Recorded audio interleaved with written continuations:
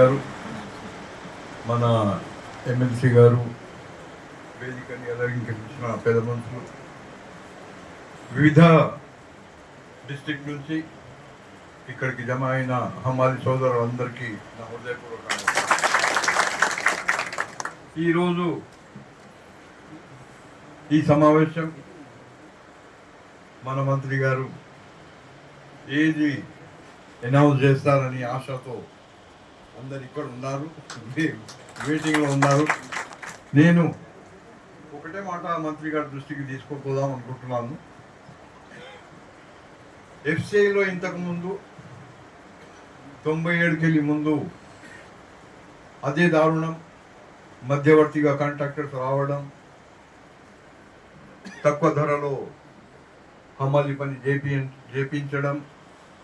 అలాగే 97లో యూనియన్గా మేము ఏర్పాటై ఎఫ్సిఐలో ఒక ఆందోళన జరిపించాం.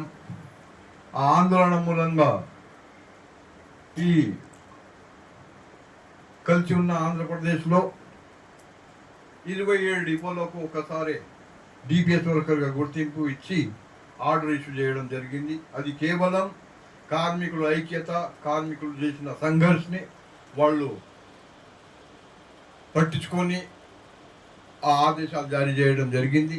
ఈరోజు కూడా ఇక్కడ వివిధ డిపోల్లో, వివిధ మార్కెట్ల యార్డ్లో, గుడ్ షెడ్లో కార్మికులు పనిచేస్తున్నారు. కానీ వాళ్ళకు ఈఎస్ఐ, ఈపీఎఫ్, వాళ్ళ ఐడెంటిటీ కార్డు, ఎటువంటి సౌకర్యాలు లేకుండా వాళ్ళు పనిచేస్తున్నారు.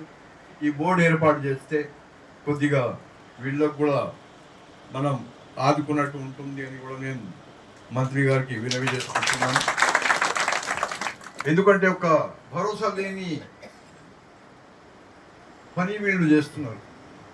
కార్మికులు ఈరోజు కొనసాగించే పని ఎటువంటి గ్యారంటీ వాళ్లకు లేదు.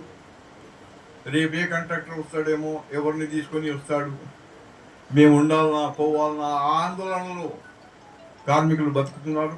దయచేసి ఈ ఆందోళనని మీరు తొలగిస్తారని నేను సభాముఖంగా మీకు మనవి చేసుకుంటూ ఈ అవకాశం ఇచ్చినందుకు హమాలి వర్కర్స్ యూనియన్కి మరియు పెద్దలందరికీ నా వైపు నుంచి ధన్యవాదాలు తెలియజేస్తూ సమాప్తం.